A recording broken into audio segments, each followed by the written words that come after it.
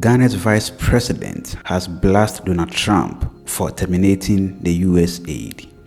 Somebody's asking about the outside world and foreign aid, and I've heard the president of the country you are studying in slashing aid.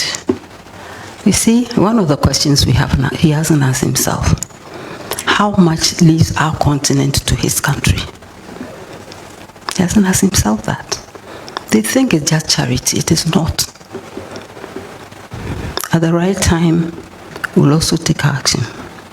And it will not be funny.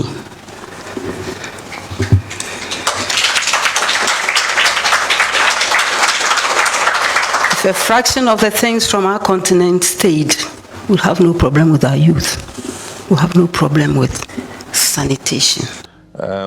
America has the right to recalibrate and freeze its international assistance to other countries, but there's always a blowback. One, America loses soft power because USAID is a well-known brand of America and it intervenes in very critical areas. And so if America decides that it doesn't want to intervene in those areas, it is possible that other countries might decide to fill that gap, or we might fill it ourselves like we're trying to do now, adjusting our budgets to fill the gap that America leaves. But it loses the influence that it has exerted over the years. Apart from that, it's not only in those areas. USAID is the biggest supplier of food aid in many places, and they buy this food aid from American farmers. And so if USAID is no longer buying that food to deliver as food aid, then it means that American farmers lose a huge demand that, assisted them in their business. And so there's always a blowback. There are a lot of connectivities, and we'll see how it plays out.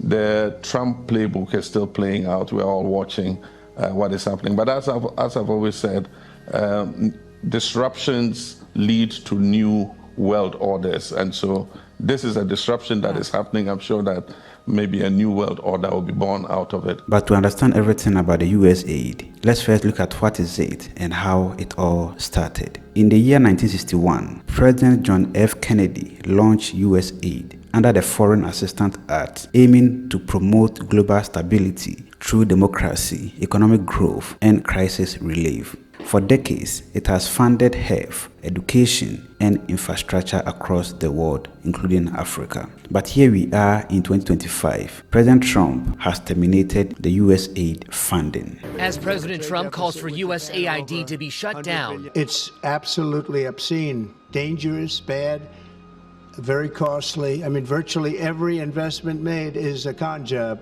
The decision sparked outrage, with the leaders from South Africa to Ghana calling it betrayal. One of the most vocal critics is Ghana's Vice President, Professor Naana Jane Opoku-Agyemang. And here is what Prof is saying about Trump's termination of the USAID. Somebody's asking about the outside world and foreign aid, and I've heard the president of the country you are studying in slashing aid. You see, one of the questions we have now, he hasn't asked himself, how much leaves our continent to his country? He hasn't asked himself that. They think it's just charity. It is not. At the right time, we'll also take action. And it will not be funny.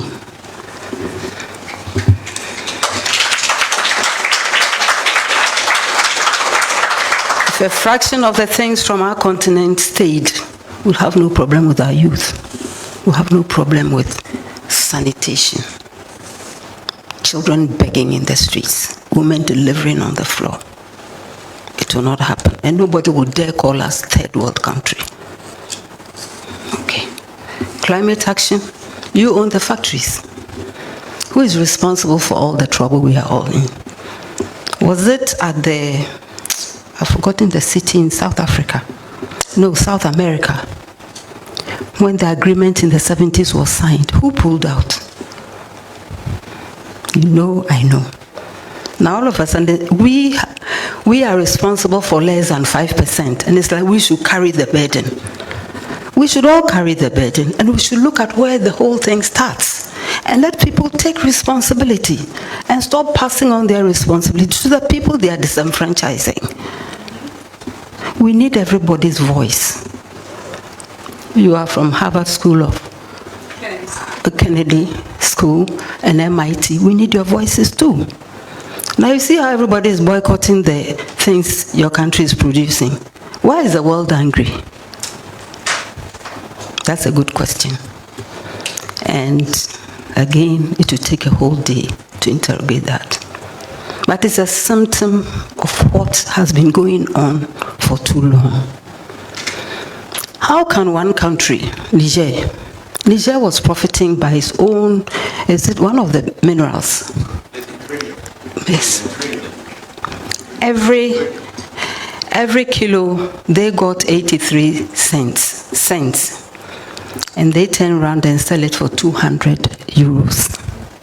Niger said enough.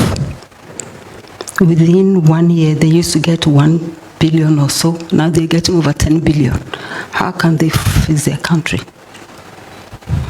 So, and in terms of bringing the country together, their identity, and I've traced where things started, as Achebe put it in one of his novels, where the rain began to beat us, to the extent that even young girls don't know what is beautiful. Somebody is deciding that for them. How will their confidence build up?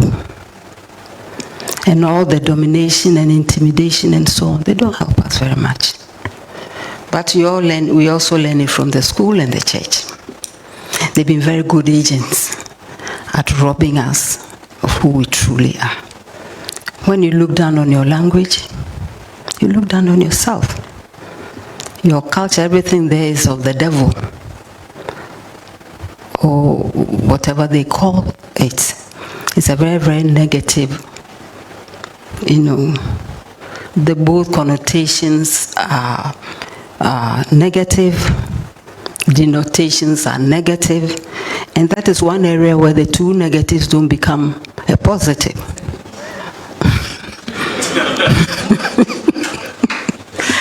So it's something we need to strive at. Once certain things are popularized and praised above existing, then you've also mentally become very dependent.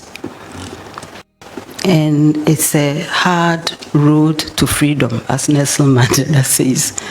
But it's a road nonetheless, and we should travel that road, however difficult. Thank you. As debate over aid versus equity intensify, African nations are looking for alternatives, like Niger's move to renegotiate its mineral contract, which has helped increase revenue from $1 billion to over $10 billion in a year. With foreign aid shrinking, one question lingers: what happens next in US-African relations? Let us know your thoughts in the comment section below. And that is all for today's episode. Have a joyful life and see you in the next one. Macrao.